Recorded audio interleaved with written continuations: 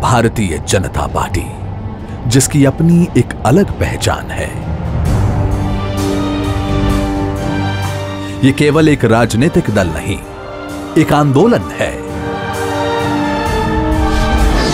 विचारधारा जिसका प्राण है, जिसके सिद्धांतों में निष्ठा है, जो भारतीय संस्कृति के गौरवशाली अतीत से प्रेरणा लेते हुए मां भारती को परम वैभव की ओर ले जाने को संकल्पबद्ध है। भाजपा एक आंदोलन।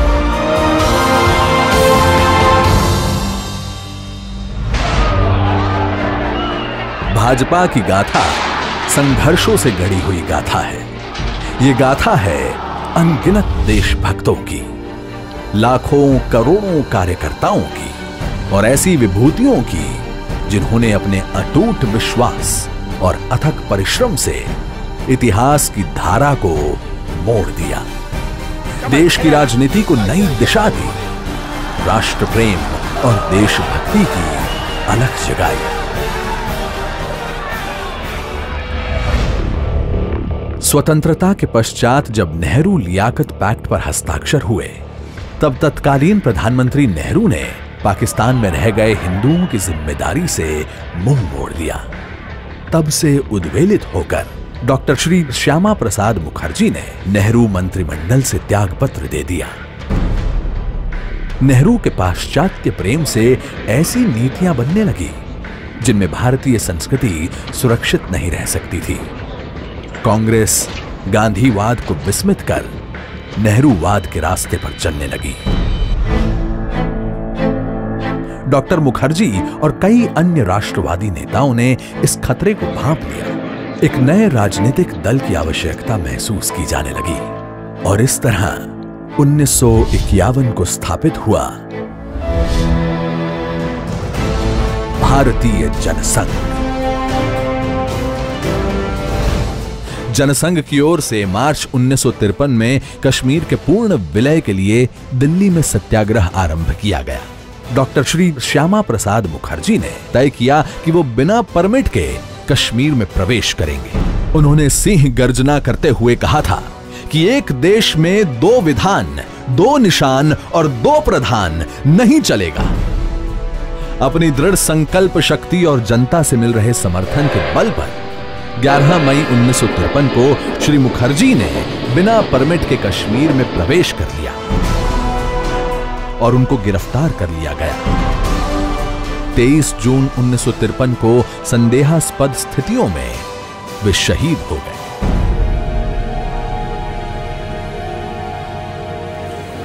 देश में शोक की लहर दौड़ गई।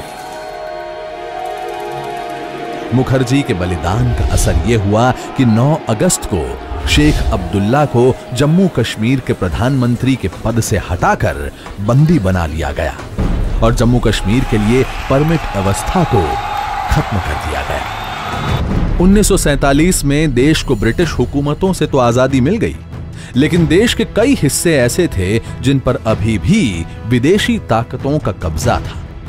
इन क्षेत्रों की मुक्ति के लिए पार्टी ने गोवा मुक्ति आंदोलन चलाया, पौंडीचेरी दादर हवेली की स्वतंत्रता के लिए अभियान चलाया, पश्चिम बंगाल के बेरुबारी को पाकिस्तान के हाथों में सौंपने का तीव्र विरोध किया, कच्छ समझौते के विरुद्ध आंदोलन किया और गौ हत्या के विरुद्ध अभियान चलाया।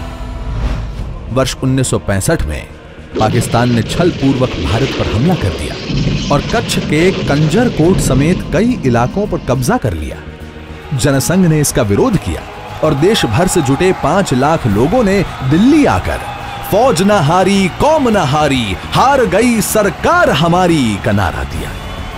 जनसंघ के समर्थन से तत्कालीन प्रधानमंत्री लाल बहादुर शास्त्री को हिम्मत मिली और भारतीय सेना ने पाकिस्तान पर विजय पा ली। और इसके बाद देश में आया वो दौर जिसे भारतीय लोकतंत्र का सबसे स्याह दाग माना जाता है, आपातकाल। आपातकाल के दौरान तमाम बड़े विपक्षी नेताओं को जेल में डाल दिया गया और उन्हें यातनाएं दी गई। राष्ट्रीय स्वयंसेवक संघ पर भी प्रतिबंध लगा दिया गया। जनसंघ के हजारों कार्यकर्ताओं ने अग्रिम पंक्ति में खड़े होकर आपातकाल के दंश को झेला और 1977 के चुनाव में जनता पार्टी के नेतृत्व में देश को नई सरकार मिली। पर भारतीय राजनीति का यह पहल प्रयोग ज्यादा दिन नहीं चल पाया और आपसी लड़ाई व कांग्रेस के षड्यंत्रों के कारण सरकार गिर गई और 6 अप्रैल 1980 को जनता पार्टी से अलग होकर भारतीय जनता पार्टी का गठन हुआ। 1987 में देश में राजीव गांधी की सरकार थी।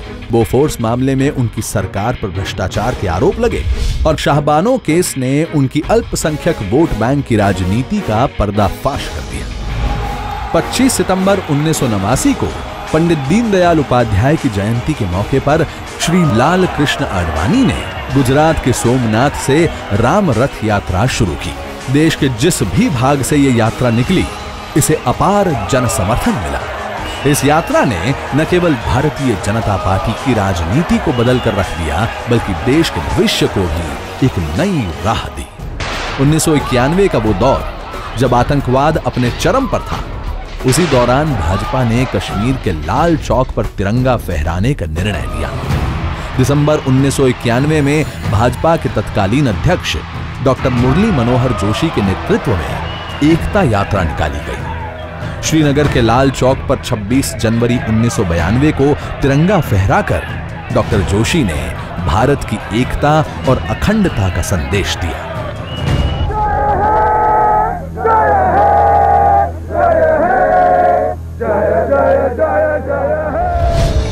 वर्ष 1996, 1998 और 1999 में 3 लोकसभा चुनाव हुए, जिसमें भाजपा सबसे बड़ी पार्टी बनकर उभरी और श्री अटल बिहारी वाजपेयी ने देश को सफल नेतृत्व दिया। इसके बाद भाजपा को विपक्ष में बैठने का निर्णय मिला और भाजपा ने यहां भी एक सजग और जनता की आवाज उठाने वाले सशक्त विपक्ष की भूमिका निभाई।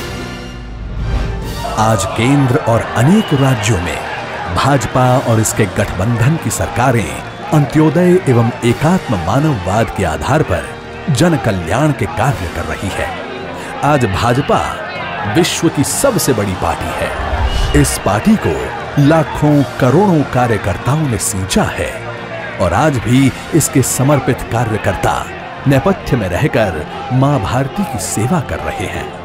भाजपा का लगातार हो रहा देश में विस्तार इस बात का प्रतीक है कि लोगों की आस्था और विश्वास पार्टी नेतृत्व में बढ़ रहा है। पार्टी को देश के कोने कोने से अपार जन समर्थन मिल रहा है।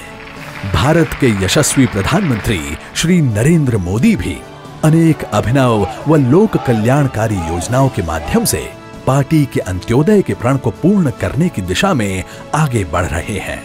मौजूदा सरकार की ओर से सबका साथ, सबका विकास के मंत्र पर सफलतापूर्वक काम हो रहा है।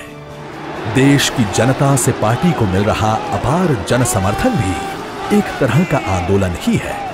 एक ऐसा आंदोलन जिसमें पार्टी का प्रत्येक कार्यकर्ता न्यू इंडिया के स्वप्न को पूरा करने के लिए संकल्पबद्ध है।